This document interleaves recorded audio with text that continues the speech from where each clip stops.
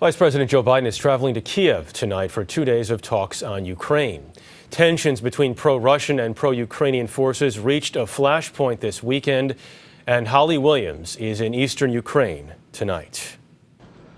There was supposed to be an Easter truce in Ukraine. Instead, they're remembering those who lost their lives in another night of deadly clashes. Ukraine's pro-Russian separatists say their checkpoint was attacked by gunmen from a far right-wing group, killing 3. They started shooting at us and threw stun grenades, said this man. A sniper was firing at people who tried to run to the village. The right-wing group denies any involvement and accuses Russian special forces of staging the shooting. There was clearly some kind of violent attack here last night, but so far it's impossible for us to say for sure who carried it out.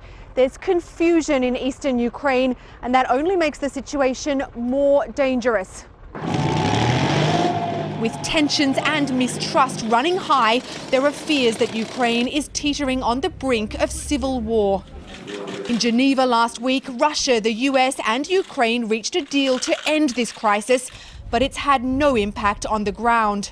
The separatists are Russian-speaking Ukrainians who say they want an independent state, or at least more autonomy. Ukraine's government and the US accuse Russia of stirring up the insurgency and fear a rerun of what happened in Crimea last month, when separatist demonstrations were a pretext for thousands of Russian soldiers to move in and then annex the region for Moscow. But unlike in Crimea, where the Russians were welcomed, many here support the country's government in Kiev. Eastern Ukraine is deeply divided and bracing for more violence. Holly Williams, CBS News, Donetsk.